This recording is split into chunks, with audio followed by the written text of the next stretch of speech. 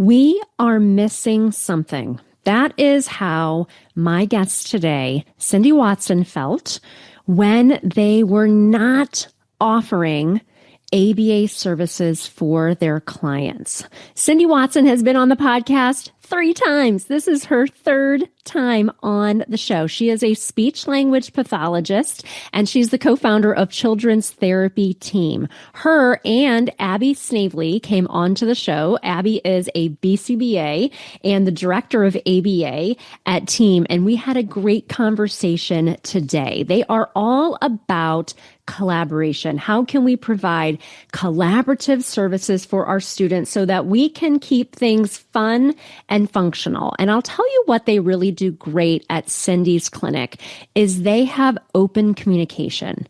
They have communication, they have training, they have a lot of embedded supports into the clinic for AAC or for students who have behavior that is a barrier to their learning. So you get to take a little peek into how this clinic that is offering interdisciplinary, multidisciplinary services really ticks. Cindy has been on the show 3 times. She is in the ABA Speech Connection, our CEU membership for speech therapists, BCBAs, and RBTs. And she came on the show first to talk about early intervention. That's one of our most listened to episodes. We're going to link that in the show notes. And she also came on with her daughter, MC, to talk about autism in girls a year ago. I mean, I think, Cindy, this is an annual thing. I know that in this podcast, you will learn all about how to provide collaborative services, how to have open communication, and if there's a problem, how to troubleshoot that as well. I'm Rose Griffin, a speech therapist, board-certified behavior analyst, and founder of ABA Speech. It wasn't all that long ago that I felt overwhelmed by providing therapy for my autistic students and any students who were not yet speaking. Fast forward through many doubts, tears, research, and courses, and you will see the framework that I use today and share with over 60,000 readers weekly. One that will help you support your students and feel more confident in the process. I created the ABA Speech podcast to give you simple, step-by-step strategies to help you reach all of your students wherever they are on their communication journeys. If you're a speech therapist, BCBA, RBT student, or parent who's looking to help all students develop a way to communicate with the world, you are in the right place, friend. Let's get started.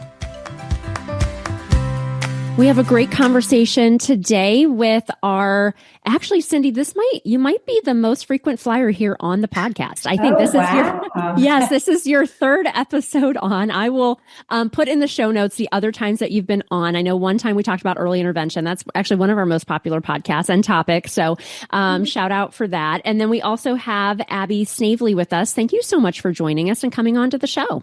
Thank you for the invitation. I'm excited.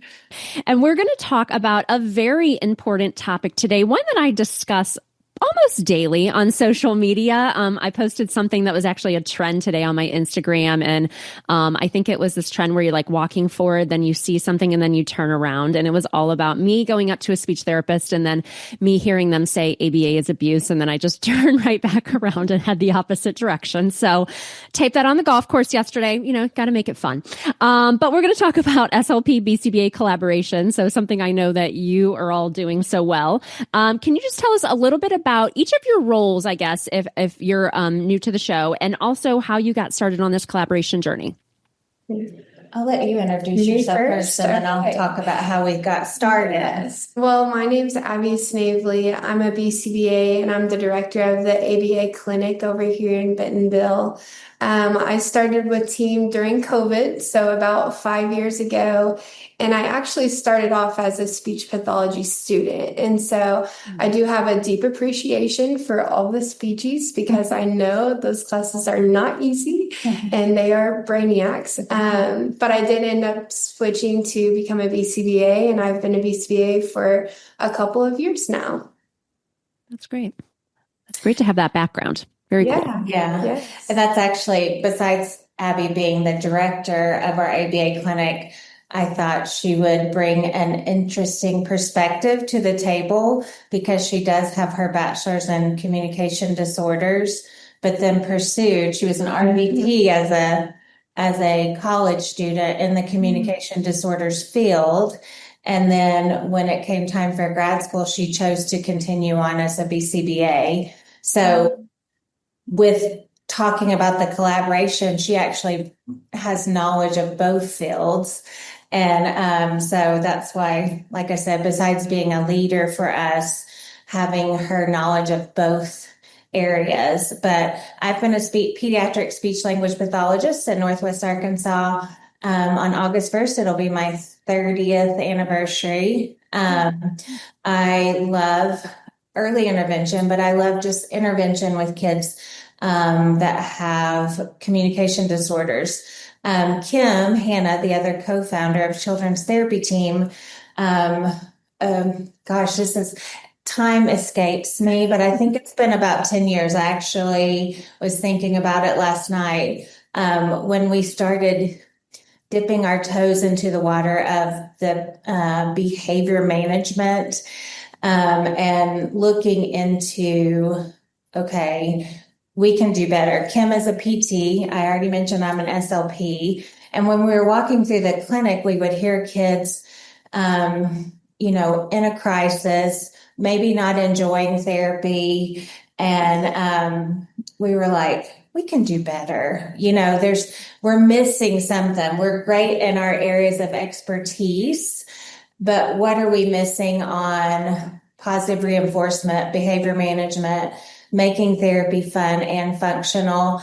And that's when we started looking more into ABA, having BCBAs here on staff.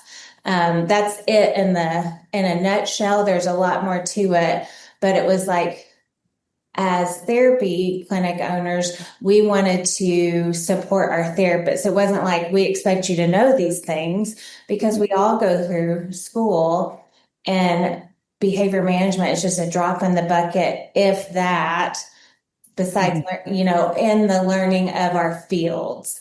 And so it wasn't anything against our therapists. It was like, we haven't given them the tools to use. So it just seemed like the right fit. After researching, ABA just seemed practical because it's evidence-based. There's research behind it. Of course, you can see places that are not doing it right.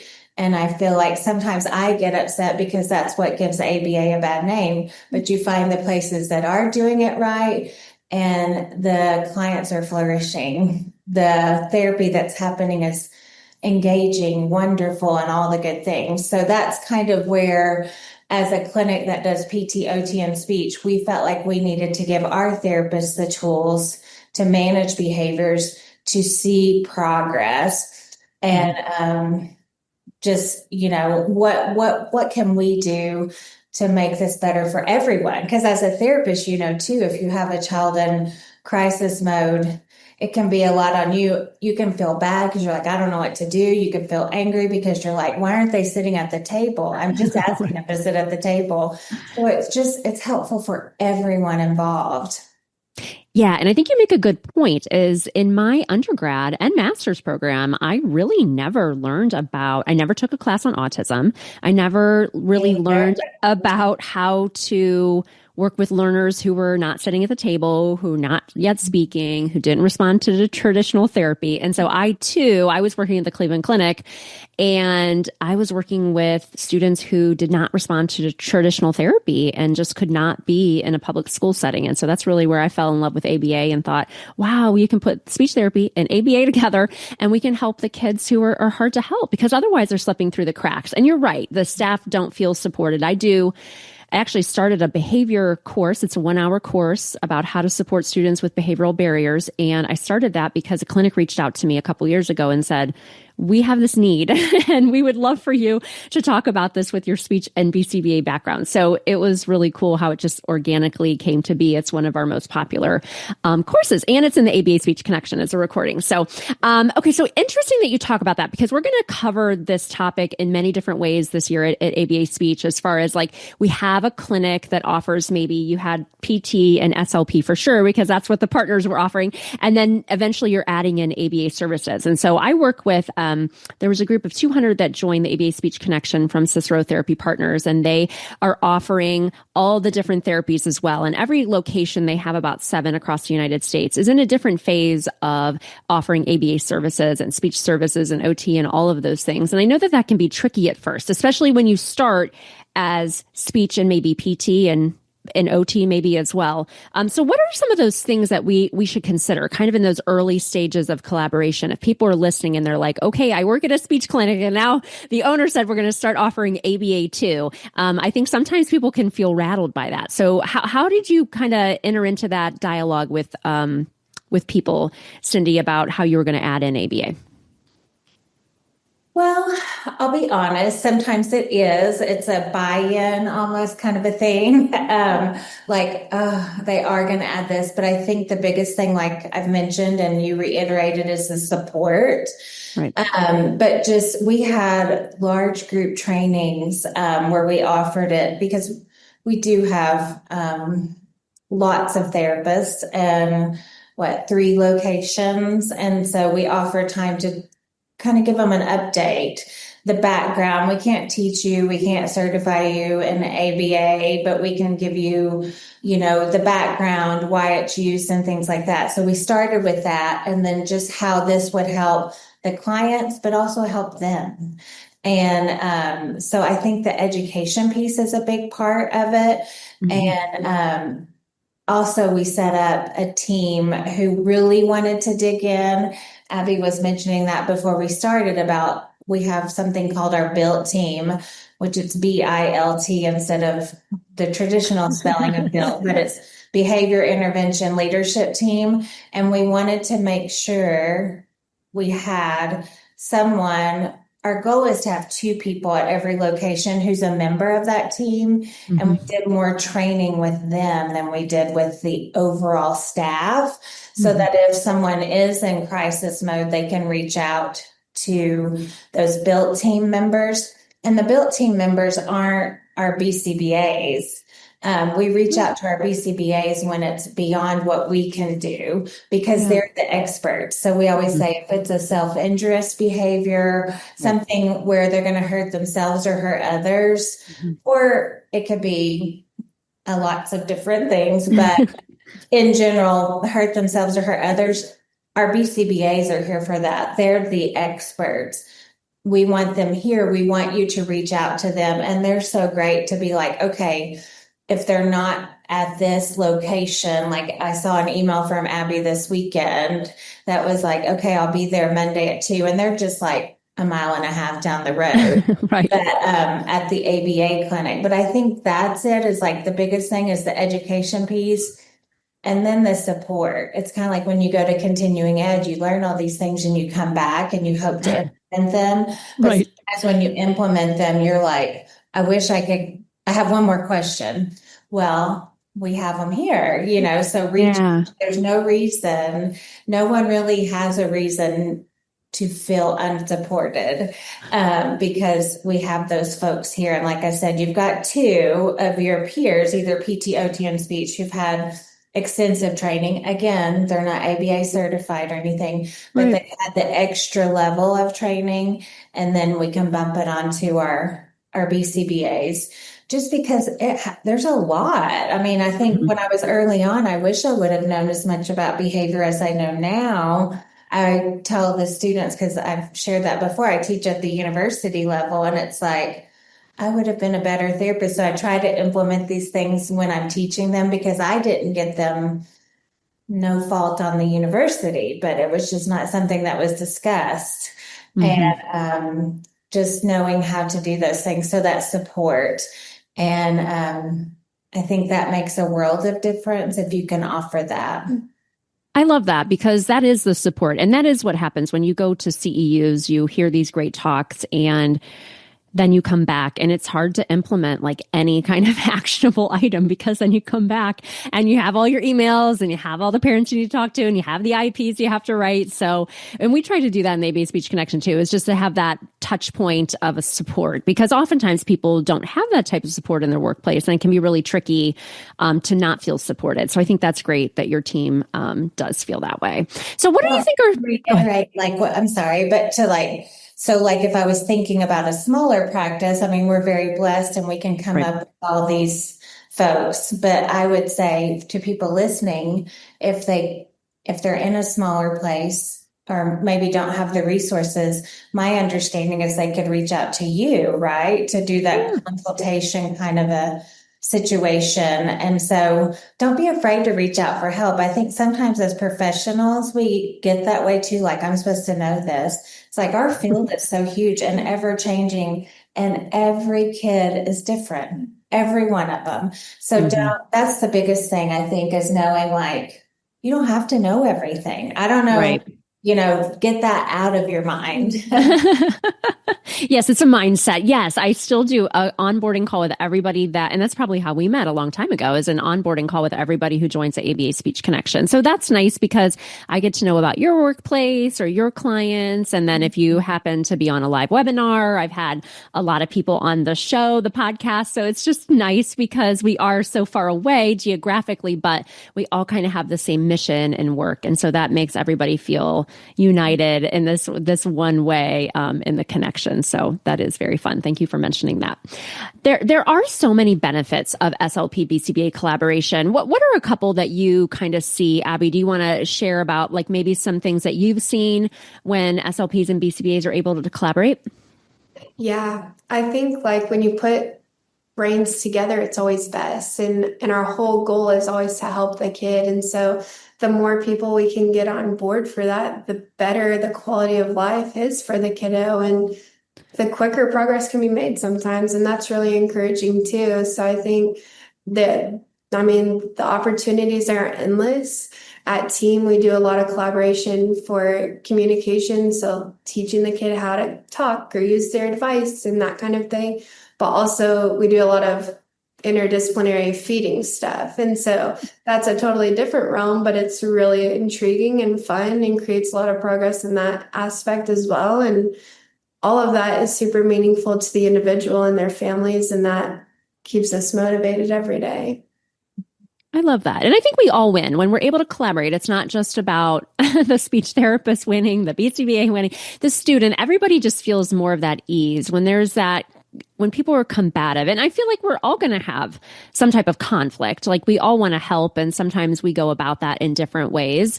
But that, I always feel just so disheartened if I'm on a Facebook group or, I've seen people post things that say like, I'm going to put on my resume as a speech therapist that I don't work with any ABA providers. And I'm like, oh my gosh, that's like a blatant ethical violation. Like I understand you want to advocate for maybe good ABA, or maybe you work in an area like Cindy said, not everybody is doing the best, right? And that's just as the field grows, we have to have more regulation and try to disseminate. But I just think that's so sad. So I think it's great that you have built this team with employees that all have this kind of shared vision of collaboration, because I don't think everybody feels that way. So that's super positive.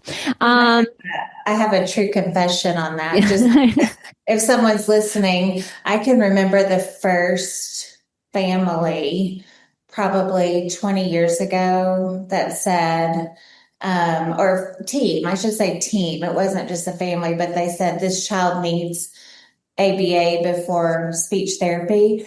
And I was so sassy because I was like, I am a great speech pathologist. They haven't even seen me yet, Right. like the planning. And I just remember being so like offended because it's like, now that I get it. Like you have to address the behaviors before the therapy can be done, before you can see the progress. But like I'm saying, I'm confessing, like I got my feelings hurt because I was like, no, we work together, but that child did need, and we do still see that where kids need to do ABA first just to learn some of the basic behavior principles so that we can get the most out of therapy. So if someone says that to you, it's not an offense to you. It's like what's best for the child, like you just said. That's our goal. And so if they need, and there are some kids who are very extreme and they do need that behavior first, we're all going to move faster together and we just follow those steps. you're still collaborating. I wasn't kicked off the team or anything like the worst speech therapist ever. No, we just needed to do these things so that my speech therapy would be more productive. Mm-hmm. Yeah, I've definitely seen that. When I was working in non-public programs before I started ABA speech, I was working with students with very unsafe problem behavior. And it really never happened on my caseload, but there were definitely other students who were older students who engaged in very unsafe problem behavior. It was really unsafe for the team. Like these kids were in crisis. You know, they were still coming to school. But, you know, the speech therapist might transition to consult just for like a month or two until things were more stabilized. But I think that's nice when you're working together so closely and you do have that cohesive team. It's not saying like, oh, this student doesn't even need speech right now. It's just saying that, you know, we're going to work together to help this student increase their communication, decrease problem behavior. And I think that when you make those judgment calls together as a team, it can feel really rewarding, you know, to see the growth of a student who maybe couldn't even just be in a school type setting, right? And I'm sure you have those success stories. I was thinking about too, Cindy, I don't know if you remember this. This was a couple years ago. You were a video ambassador for ABA speech. So you would send in videos, you know, we'd have client release forums of what therapy could look like. I think that's the thing too, is what people don't understand is they may have seen ABA one place and it looked a certain way, or maybe they have gone to, I've had people say like, I went to a training and the speaker at ASHA or like some really, you know, well-known conference bashed ABA, which seems so unprofessional, but it happens. And so I try to do that at ABA speech is just to wake up every day and disseminate and say like, hey, look, see this kid playing a game or doing bubbles? This is ABA. This is what ABA can look like. Because I think people, like you said, have a mindset about what it is and what it is not. And so I think it's up to us, all of us that listen to the show, to be ambassadors for what integrating speech and ABA can look like, because the kids win and the staff wins. Like I can tell you have a really enriched workplace. And I'm sure people are feeling supported in their roles, even though it's not that the work is easy. It's just that when you have that level of support, you're like, okay, I can do this because I'm not doing it alone. And I think that's great. Not to say that everything's going to be perfect. So, if you do have difficulty around SLP BCBA collaboration, what are some things that you do to kind of handle that? Because we're adults, we're humans, we're going to get into disagreements. How do you handle those at your clinic? Yeah. I think it comes down to like one, being able to check yourself and your heart behind what's happening, evaluating your own thoughts and your emotions and letting that kind of be dismissed to figure out what you need to do to alter the situation. I think too, everyone here wants to help each other. So no one's like, I'm better than you or I'm smarter than you. It always comes back to like, I want to help you, help them. So like, let's get this figured out. And most people, we really can just communicate through it and it's totally fine. And then we also have like the mentorship program so that if someone does need a little extra guidance or you want to talk it out, you have a trusted person so that we don't get into that toxic culture and the gossip and, you know, the drama stuff. We just don't do that. And we just always put the kid first and believe everyone has something to bring to the table. And so getting ourselves in that heart of, I want to learn from you and I might not have the training you have, or I might have a different background than you, but I want to do what's best for them. And so I'm going to kind of put whatever is offending me behind and like learn from this opportunity. I think that's great. I think sometimes when you're working in situations like in a clinical environment, so I mean, some of my very best friends that were actually in my wedding, I'm still close to today, I met at the Cleveland Clinic because we were working in an ABA program. I call it a non-behavioral program on Instagram so people don't, you know, say things that are mean. But it was an ABA clinic and it was great. I mean, I loved it because we were helping kids who were like, you know, some were young, but some were like 18, had no way to communicate, and they engaged in unsafe, aggressive behavior because they were frustrated, right? They had been in speech therapy since the age of 3 and had not made any progress. And, you know, it's just hard because sometimes district employees, and I'm a district employee 2 days a week, you just don't always see kids that present like that. So sometimes it's really jarring and you're just not sure how to even get started because you're like, okay, this kid doesn't sit at a table and they haven't been receptive to anything that we've tried and they're not making progress. So it's just nice that you guys have that collaboration. I think you do bond with people in those times where you're just working towards that common goal, and it's kind of an intense process. AAC is something that we talk about a lot at ABA Speech. speech. I just recently did a talk for Motivity, and it's also in the ABA Speech Connection called Intro to AAC. And in October, which is AAC month, we're going to do a couple AAC courses that are really about collaboration, because we've kind of touched on it a little bit, but I feel like people want all the AAC content. Do you guys have any words of wisdom about collaborating around AAC? I feel like that is a tricky topic for speech therapists and BCBAs. As far as the collaboration part, I can think of a time when we did have, I think the last big, I don't know, where everybody wanted to lock horns was BCBA and a speech pathologist who's very passionate about AAC. But it was approached like Abby was said, let's all sit down, let's all talk about this, and remember why we're doing it. It's not because I'm the AAC expert and this is what I know we need to do, and I'm the behavior specialist and but this is Johnny and what does Johnny need? So that has been probably, I don't know, 8-ish years ago. And that was really hard because there are some things with, the basics on ABA and how it goes with an AAC device, and the way that we can teach, the way we're taught to teach AAC, and the way that they may approach using AAC.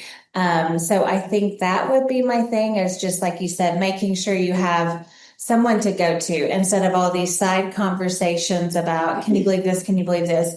Let's just sit down together instead of making a big ruckus about it. But I think, again, it goes back to training. That's something, too, that we have that's separate. There's just so many areas in what we do. So we also have an AAC team where we have people who are more trained in that area. And again, we have one of those people on site at all of our facilities. So if a device does crash, I don't panic and freak out. I can go get this person and they can help me through it. So I think support goes so far in all the things we do, because like I said, I can't speak because I already shared, I've done this for 30 years, but I do feel like we have such a huge field. And as I said, every kid's different. We have 1,500 kids a week that come in for therapy. Wow. And so you just think you've got to have all those pieces in place so that, hey, I can pull this person if I need help with literacy, if I need help with AAC, if I need help with behavior. And that support is what is needed. I love that. That's great. What did you want to share, Abby? I think, too, it comes back to like being curious, because when I was in school for becoming a behavior analyst, we didn't learn anything about an AAC. Of course, that's like not our scope. And so I think part of it is stay in your lane where you need to stay in your lane, but also like be curious and ask very respectful questions and continue learning. But also something like behavior analysts are so good at is taking data. So like finding a way that you can be helpful in the process and then being able to present that so that ultimately we're making database decisions for every individual, and then taking, the best pieces of each of us to create the best experience for that person. Yeah, I think that's great you bring that up, because in my work with clinical organizations, I work with some pretty large organizations and they have an AAC department. And so they talked about like how the BCBAs are really instrumental in exactly what you said, taking data. So there might be a speech therapist that steers the ship in some of the organizations I've worked with on the AAC evaluation, but they are really leaning into the BCBA, the parents at home when they're doing this AAC assessment to say like, hey, can you take data on this? We really want to know what is going to resonate with the learner before we, get the app or do the thing, right? And like go all in on this one particular app. So yeah, data is definitely our jam. And I think it depends on everybody. Who's so different. We actually have this lady, Dr. Cindy Gavarder. She is a BCBA D and she has an AAC lab out west. And so she specializes in that. And she presents at ASHA and she does a ton of research, and she's a BCBA. So I feel like it's like we never really know, right? Like who's going to have what level level of expertise. I remember as a speech therapist, I took an AAC class, and I'm sorry, it was a terrible class. It just wasn't taught well in graduate school. I didn't learn anything. And I really didn't learn anything until I was immersed in working at the Cleveland Clinic, working with students who used AAC. I mean, I would say 90% of my caseload were kids who used AAC. And it was kind of like, okay, you're going to learn this now because this is really important, right? Kind of like you're saying, Abby, like you probably learned a lot in your current work setting about AAC, because if you're supporting students like that, it's like, okay, I want to help these kids, so I need to learn this. Yeah, for sure. Yeah, that's important. Do you have anything else you want to share about SLP BCBA collaboration? If there are other clinic owners or people that are working in multidisciplinary clinics, or somebody maybe is working somewhere and they're going to add a service, do you have anything to share that would make people feel a little bit better about that process? I think the biggest thing that I would share is kind of goes back to what Abby said too about your purpose and being there, just it, I feel like it's changed the dynamics at team, since we've been able to plug in the behavior analyst and help us do our job better. I just say, don't be closed-minded to it. I think when I was digging in, I just had to kind of flip that switch. And I know sometimes it's not that easy to flip, but open mind and reading about it. I am 53. I'm older. I've lived a lot of life, but being open-minded gets me a lot further than being closed-minded. And deep down, why I started my career back in the early 90s, going to school and things, doing the training to become a speech pathologist, it was to help kids. It was to help kids communicate. It was, whatever I could do to make their lives better. And right now, I feel like because of, where we are, we're seeing more behaviors. I don't know why, but I feel like, it's definitely more than what I saw starting out in 1995. So whatever I can do, whatever tool I need to put in my toolbox, I'm going to do it. I mean, and like I said, I guess this summer I'm actually teaching on ethics with our grad students. It's really what we're called to do. Ethically, we have to know what's out there and stay up. There's actually, it was actually good for me to dig into the code of ethics because I read through them. They did an update not too long ago, and I read through them, but we've taken the whole summer to really study them, which everybody's kind of like, oh, there's some good in it because it calls us to stay up, to be sure that we're getting the continuing ed, to make sure we're not doing, doesn't say it this easy, but this is the Cindy version. We're not doing the things the same way every day, or that we were doing 20 years ago, 30 years ago. So ethically, as speech language pathologists, I can speak to that. That is my lane. We're supposed to stay up on those things. And ABA is one of those things that's out there. Like I mentioned in the beginning, it's evidence-based. There's research behind it. It's hard to argue with that for me. So if your passion is to help kids, dig in with an open mind and see how this could help the clients that you're working with. Maybe it's not for every kiddo.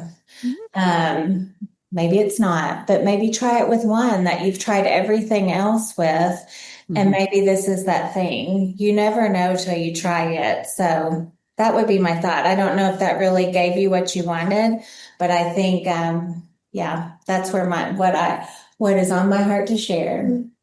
Yeah, I think too, like when you can kind of get away from what you've read on the internet about ABA, or maybe things you've heard or experienced in the past, and just finding a behavior analyst that fits your same values so that you guys can run the path together and just enjoy the journey, then it can be a really fun and helpful relationship and collaborationship. But it really does come down to just finding the best match and someone that, you guys have the same end goal, the same values you're working with. And I think it can be beautiful. And our end goal should be the same, right? If it's not, then it's going to be a struggle the whole way.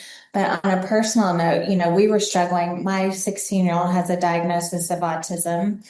And the minute we were starting to see increases in the escaping behaviors, escaping school, the first person I called was one of our BCBAs because I had been down that road and I was like, I know who to call. So it's just like anything else. Your tooth hurts, Right. call a dentist, right? Right.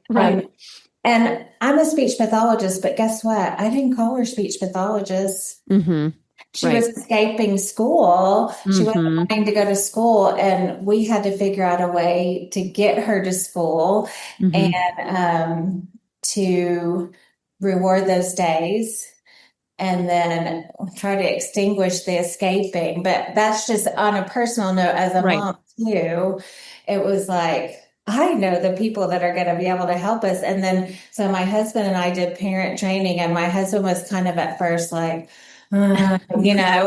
and then he started reading more about it, and he was like, this is like with everyone, like this is stuff you do with everyone. I was like, yes, Right.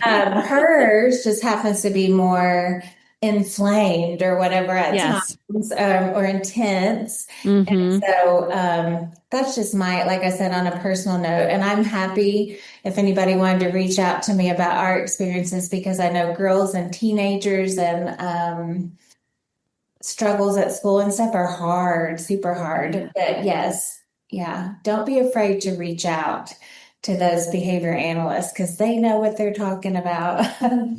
I love that. Oh, sorry. I just wanted to correct one thing I said, because there are a lot of hard things out there on the internet and a lot of them aren't true. And so I just wanted to correct that those things are really hard and we don't really want that to happen either. And so when you are learning to collaborate with BCBAs, like it does take something in our field to like acknowledge what we've done incorrectly and then make change. And so I just wanted to throw that out there as well, because I did not want to, let that fly off the radar either. Yeah, absolutely. Thank you so much for sharing that. And you know what, Cindy, that's you were on the show. The first time you were on the show, we talked about early intervention. Last summer you were on the show, you and your daughter were on the show. So we'll link both of those podcast episodes. And congratulations, because you are the most wanted podcast guest that we've had on the ABA Speech podcast. And I think we're going to hit in the fall episode 250. I'm going to have my kids. I have 3 kids, so they're going to interview me for that show. Last year with episode 200, my husband interviewed me. So, just to keep it a little lively and things like that. So, well, thank you so much for coming on the show. It's always great to connect. Thank you so much for being a part of the ABA Speech Connection. That is our CEU membership for speech therapists, BCBAs, and RBTs now, because, that certification CEU is coming in 2026 for RBTs. So we're doing courses for everybody. And we will link the show notes, the other podcast episodes that Cindy has been on. One was about early intervention and one was you and your daughter. And that was a really great podcast. And one that we try to cover often is autism in girls, because it's not talked about enough. So thank you so much for coming on the show. It's great to connect with both of you. It's always good to be with you again. So much. Yes. Thanks for having us.